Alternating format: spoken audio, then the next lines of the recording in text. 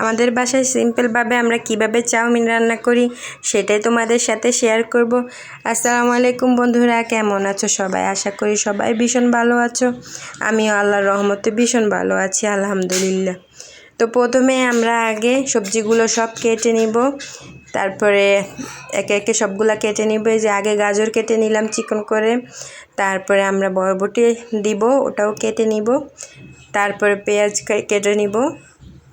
তো তারপরে আমরা দিব মাশরুম, এই ক্যানের মাশরুমটা আমরা দিব, তো ওটাও আমরা কেটে নিব। তো সব আমাদের কাটাকুটা আগে আমরা শেষ করে নিব।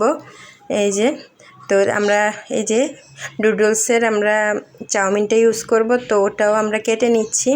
আর পাশেই আমরা পানি বসিয়ে দিয়েছি, এই যে উতরিয়ে গেছে। তারপর একটু লবণ আর একটু তেল দিয়ে তো ওতে আমরা চাউমিনগুলো সিদ্ধ করে নিব ভালো করে।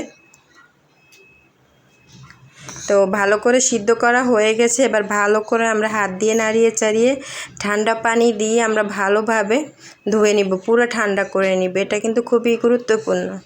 তো তারপরে বসিয়ে দিলাম তেল, তেলে দিয়ে দিলাম পেঁয়াজটা একটু ভাজা হলে দিয়ে দিলাম মুরগি কুচানো। তারপরে এতে দিয়ে দিব একটা ম্যাগি মশলার গুঁড়া, তো এটা দিতে হবে। এটা দিলে খুবই ভালো লাগে, টেস্টটা আমরা সবসময় ইউজ করি।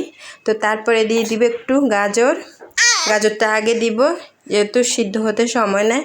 সামান্য একটু লবণও দিয়েছি, তারপরে দিয়ে দিয়েছি বরবটি, তারপরে কিছুক্ষণ রান্না করে দিয়ে দিব মাশরুম। তো ভালোভাবে আমরা এগুলো ভেজে নিব।